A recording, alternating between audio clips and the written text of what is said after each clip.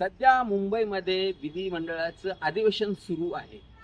या अधिवेशनामध्ये पत्रकार अर्थात लोकशाहीचा चौथा स्तंभ हा वार्तांकन करण्यासाठी वृत्तसंकलन करण्यासाठी इथे सातत्याने असतोच, ज्यामध्ये कॅमेरामॅन असतात, पत्रकार देखील असतात। परंतु पोलीस प्रशासनाच्या माध्यमातून त्यांना दरडावलं जातं, त्यांना धमक्या दिल्या जातात, कारण की विरोधी पक्ष जे असतो तो आपली बाजू मांडत असताना ते कदाचित त्यांना पाहत नाही असं काहीतरी दिसून येत असल्यामुळे पत्रकारांना धमकी दिली जाते आणि त्यांना वेगवेगळ्या प्रकारे प्रताडित केलं जातं। यामुळे ठिय्या पत्रकारांनी संपूर्ण तिथे असलेल्या पत्रकारांनी आणि कॅमेरामॅन यांनी ठिय्या आंदोलन केलं। या ठिय्या आंदोलनाला समोर जाताना उपमुख्यमंत्री सन्माननीय एकनाथराव शिंदे यांनी त्यांना शब्द दिलेला आहे की जे कोणी अधिकारी त्यांना तुम्हाला धमकावत होते त्यांच्यावरती कारवाई केली जाईल। ते मुख्यमंत्र्यांशी देखील बोलणार आहेत याविषयी आणि सोबतच विधानसभेचे अध्यक्ष आहेत त्यांना देखील बोलणार आहेत। असल्यामुळे पत्रकारांशी सन्माननीय उपमुख्यमंत्री एकनाथ शिंदे यांची जी जवळीक आहे हीच पाहण्यात येत आहे।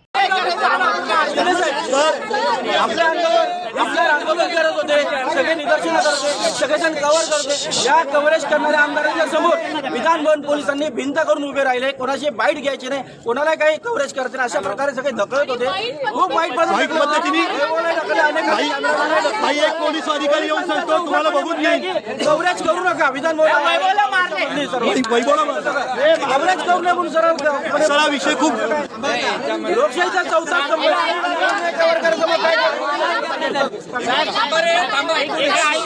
साहेबवरती पोलिसांनी उघडपणे धमकी दिली, तुम्हाला बघून त्यांच्या अधिकाऱ्याला निलंबित करा, आम्ही तुम्हाला काढून टाकू।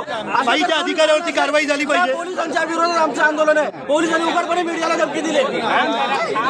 मुख्यमंत्री आणि आपले विधानसभेचे अध्यक्ष यांच्याशी आम्ही बोलतो आणि त्यांच्याकडे तुमच्या भावना ज्या आहेत त्या भावना योग्य आहेत, त्या प्रकारे असं व्हायला नको। शेवटी हा लोकशाहीचा चौथा स्तंभ आहे। तुम्ही एवढी मेहनत करून सगळ्या गोष्टी बातम्या लोकांपर्यंत पोहोचवता, अन्यायाला वाचा फोडता, लोकांना न्याय मिळून तुमच्यामुळे मिळतो। त्यामुळे जसं बघा पोलिसांना न्याय मिळवून देणारा हा इकडे बसले आणि तर आपण अध्यक्षांनी विधानसभेचे अध्यक्ष आहेत त्यांच्याशी आम्ही बोलतो, मुख्यमंत्र्यांशी बोलतो आणि याच्यातून आपण दोनच मागण्या आहेत आमच्या। एक विषय असा आहे निलंबित करा, दुसरा विषय असा आहे की फुटेजमध्ये आला असेल आम्ही दाखवतो मला बोल धमकी दिली आहे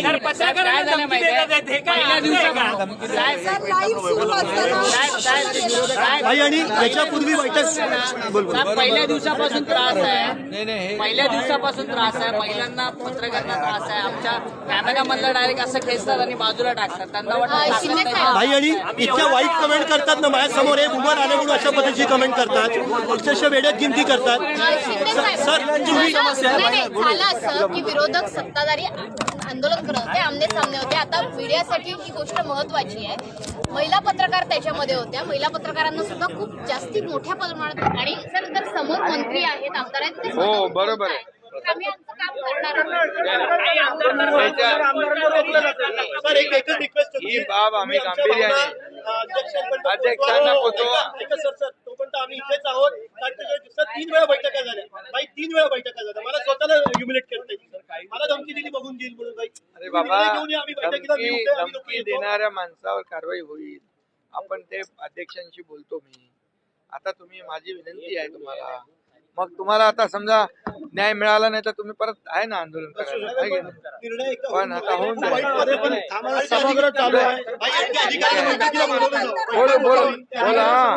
त्यांना पण बोलवतो।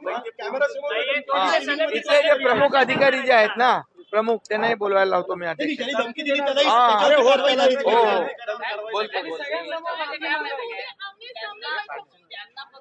मारू नका ना,